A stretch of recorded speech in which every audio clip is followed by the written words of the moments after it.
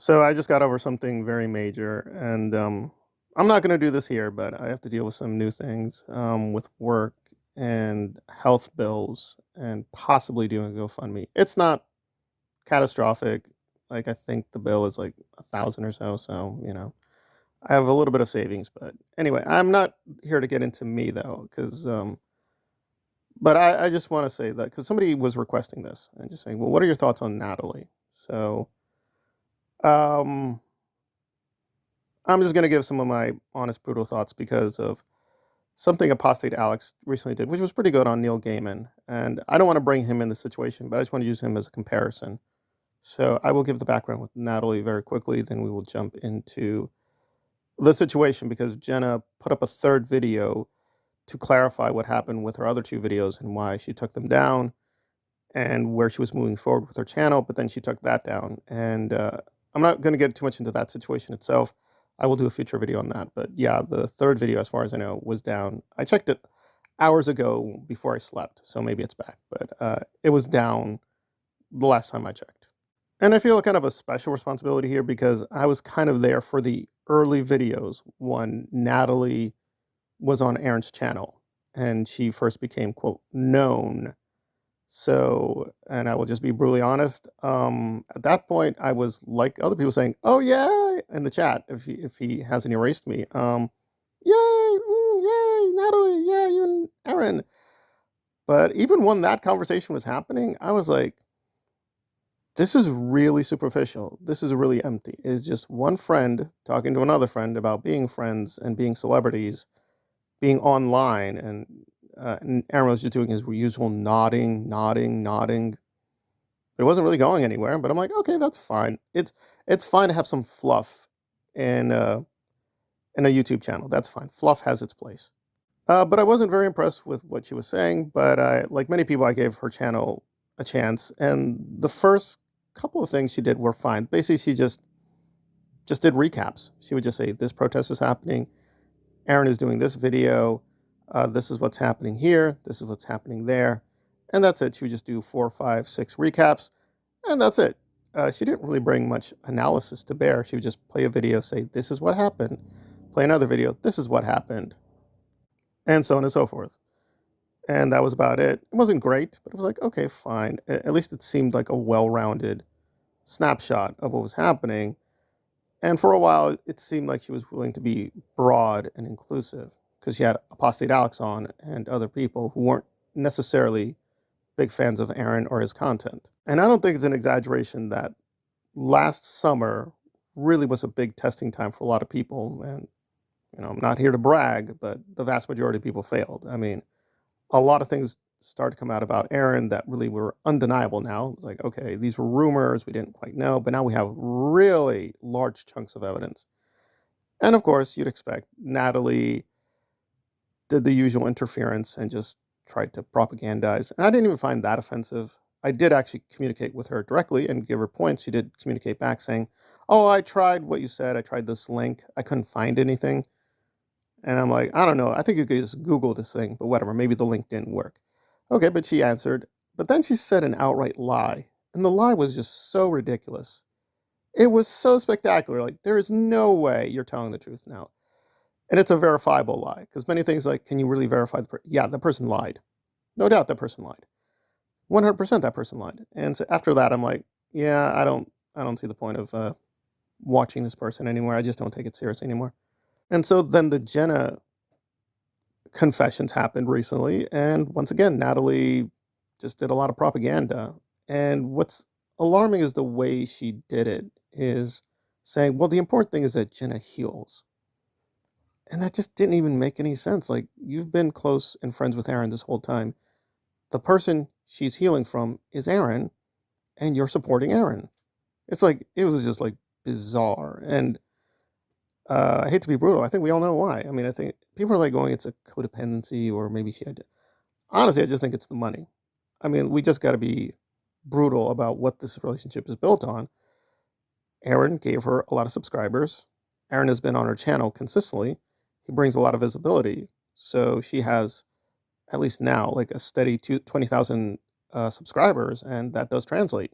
Like, her latest videos are not doing great, but from the YouTube perspective, it does add up. If consistently your videos make what, uh, 10, 20, $30, and you do whatever, 3, 4 videos a week, you know, add it up. You're going to make at least, just putting in not much work, $1,000 a month, period. So translate that, that's like $12,000 income for essentially just doing work you could do in one big week.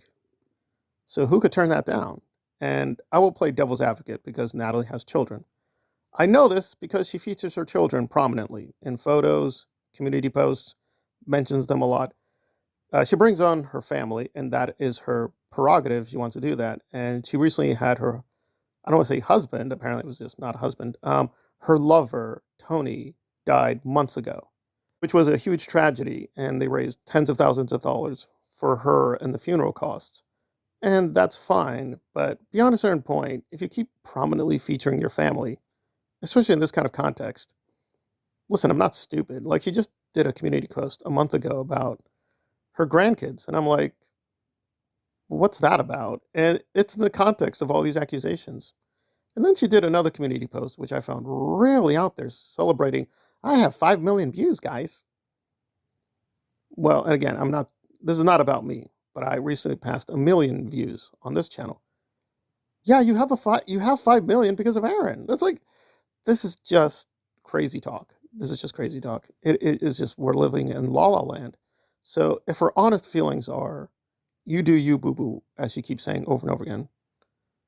And again, I also find that plea offensive too, because were you really into hip hop culture? Really? Really?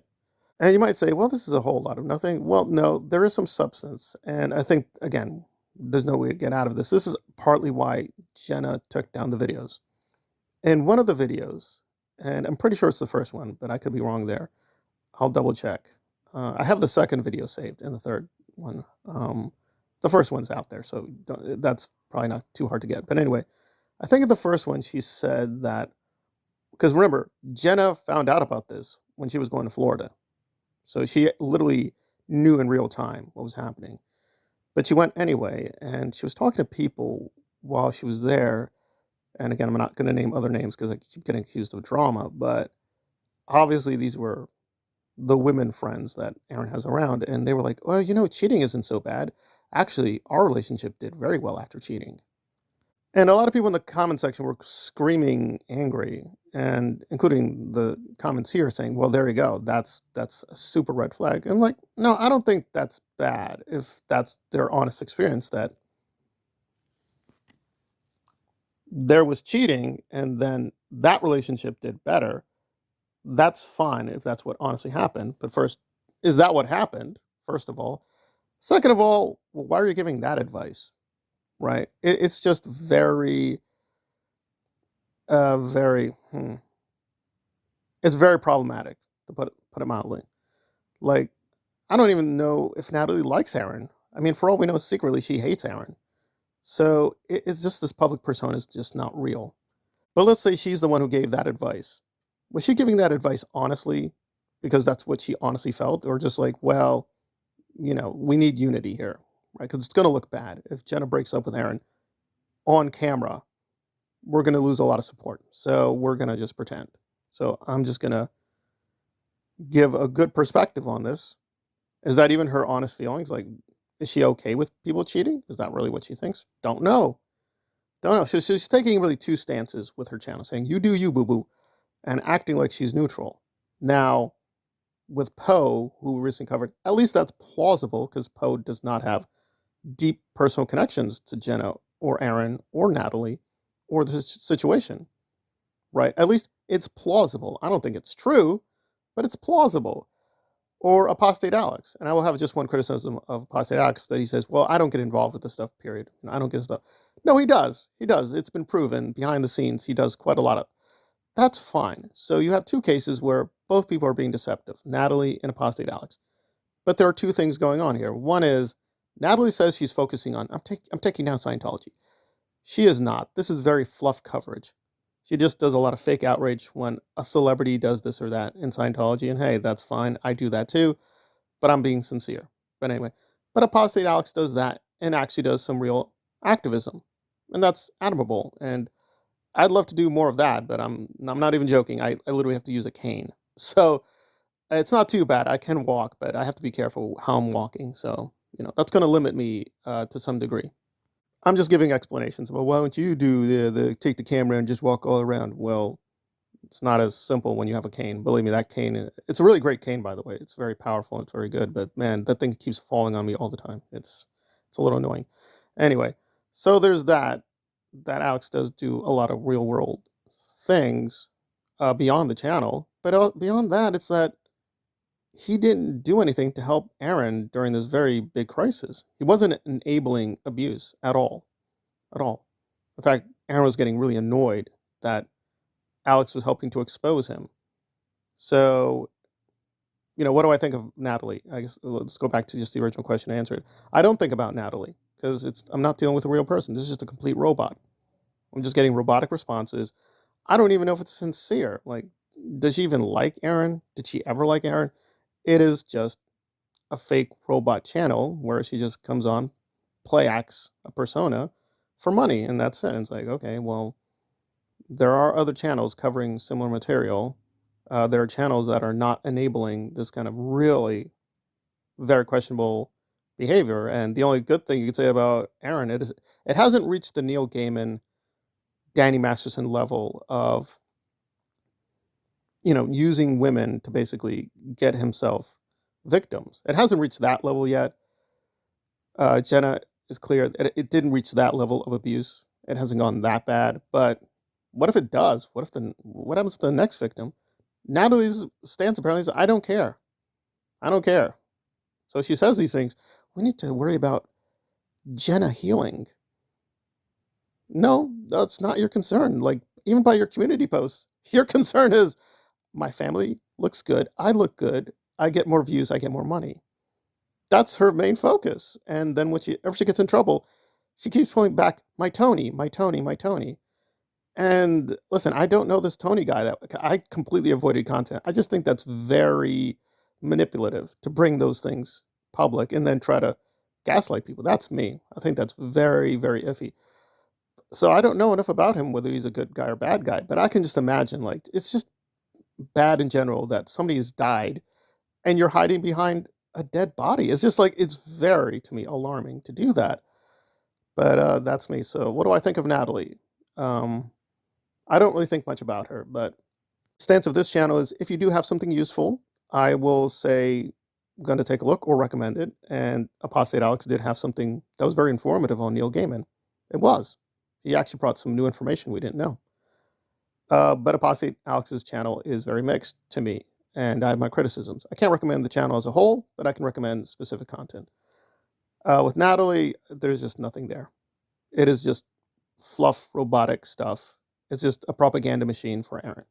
There's nothing else. And in terms of the topics she covers, other people cover it with way more preciseness and do a whole lot better. But I try to give the channel a chance, but that's just too much. It's just way too much stuff happening to just be like, oh, let's just not think about what's happening. I mean, that's just like, that's not reality. That's not reality to me. So, but devil's advocate, maybe she's just trying to help her family, which I can't fault. She's just making the money to help her kids. I can't really fault that. Um, Jenna has her own kids as well. So, there's a reason why people are online on YouTube. It is, if it's done a certain way, it is like a guaranteed source of income, and it's hard to walk away from that. It is. As a person, like as a mother and somebody who lost a lover, you can definitely feel sorry for her. But as a person to person, she's acting very horribly. She is. And again, the hypocrisy is not as bad as Aaron. Like, Aaron talking about Neil Gaiman is just ridiculous. It's just completely laughable. But I don't know. Saying you're less evil than Aaron, slightly, that's not a good place to be in either. So to recap, I don't really think about her at all. If she does an extraordinarily good video, I will look at it, but otherwise, I'm just gonna tune in, watch a couple minutes, and be like, oh, okay, yeah, it's the same old propaganda, and be like, okay, nothing really changed, and just update you guys. Where's Natalie? Natalie's just still doing the propaganda, and that's where she is, unfortunately.